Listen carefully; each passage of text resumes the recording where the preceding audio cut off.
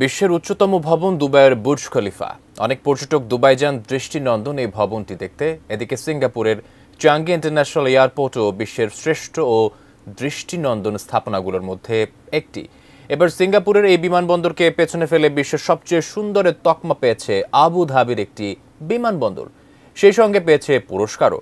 আবুধাবির সেই বিমানবন্দর নিয়ে আরও জানাচ্ছেন শেখ ফরিদ।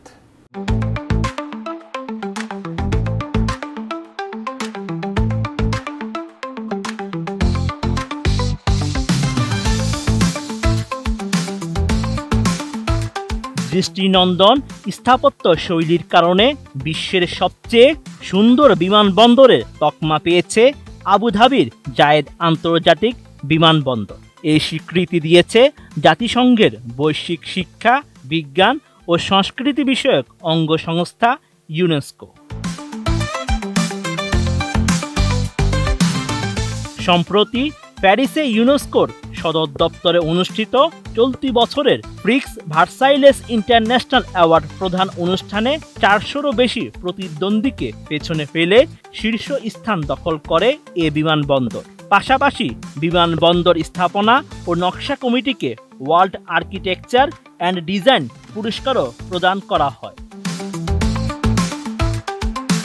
দেশি পাকা টমেটো আর সিক্রেট রেসিপির কম্বিনেশনে তৈরি প্রাণ সসের বস।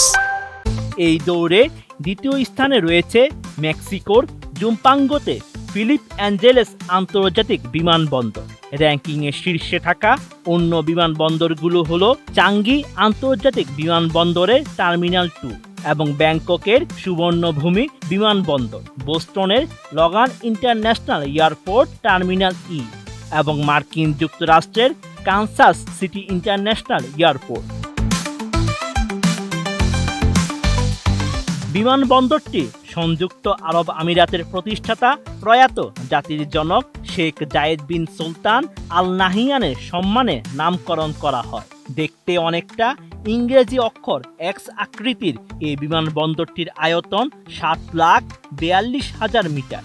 সংযুক্ত আরব আমিরাতের চিরায়ত স্থাপত্য ঐতিহ্য অনুসরণ করে তৈরি করা এই বিমানবন্দরটি একই সঙ্গে 11,000 যাত্রী এবং 79টি উড়োজাহাজ ধারণ করতে সক্ষম।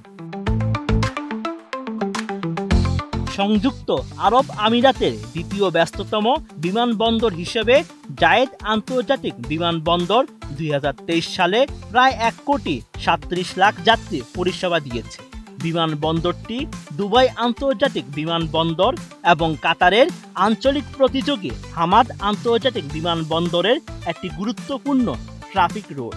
এর আগে AUH নামের যে বিমানবন্দরটি ছিল আবুধাবিতে, সেটির যাত্রী এবং উড়োজাহাজ ধারণ ক্ষমতা জায়েদ ইন্টারন্যাশনাল এয়ারপোর্টের তুলনায় অর্ধেক ছিল। Sheikh Farid, ATN news.